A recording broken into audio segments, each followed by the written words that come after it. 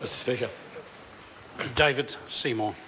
Mr. Speaker, on Sunday night I was at a barbecue in my electorate and an 8-year-old girl asked me, what is the government doing in or about the situation in Iraq? And her mother later came up to me and she said she couldn't believe that such a young person would be so concerned or even so knowledgeable about such an issue. And I reflected to her that actually I was 8 in 1991 and some of the first images I recall from that time were Patriot missiles knocking down Scud missiles, Storm and Norman Swampscott, Desert Storm, tanks rolling across the desert and so on. I raise this for the benefit of other members because these issues are visceral, they run deep, we are intuitively aware of them even at a very young age. They raise dilemmas that are timeless, as we've heard from a variety of different members.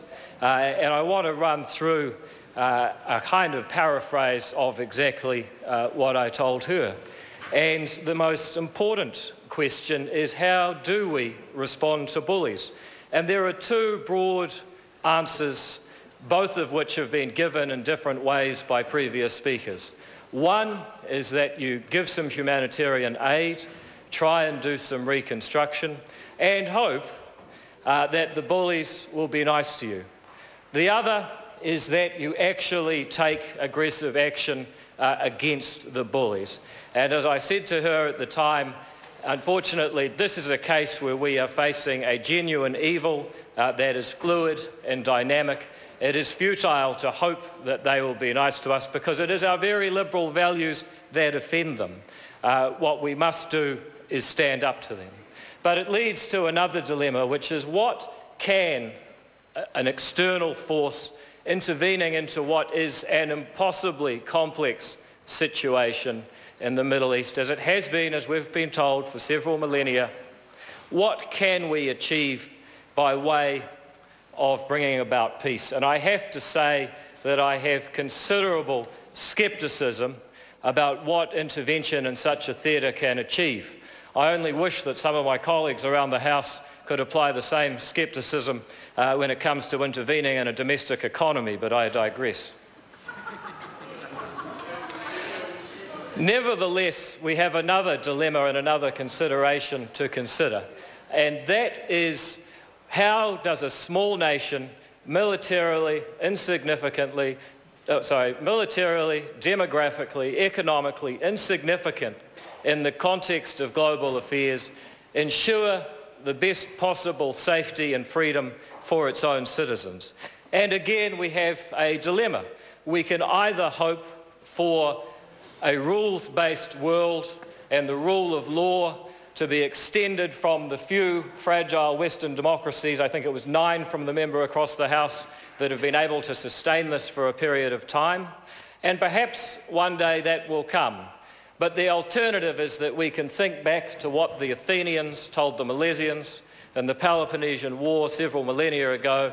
That is a sad truth which has echoed down the ages, and that is that right and wrong, so far as the world goes, is a matter in question only between equals.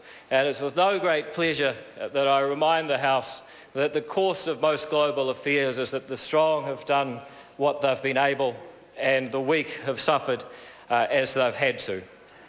So in this world, it is indeed important that a small nation considers collective security and our relationship with our allies. Even if I may be sceptical about how much good can be done intervening in such a theatre, we have to take seriously the fact that so many countries, including all of our closest allies, are committed to intervening and standing up to the bullies in this theatre. With all of that in mind, I believe that the Prime Minister's position as stated this afternoon is the correct one.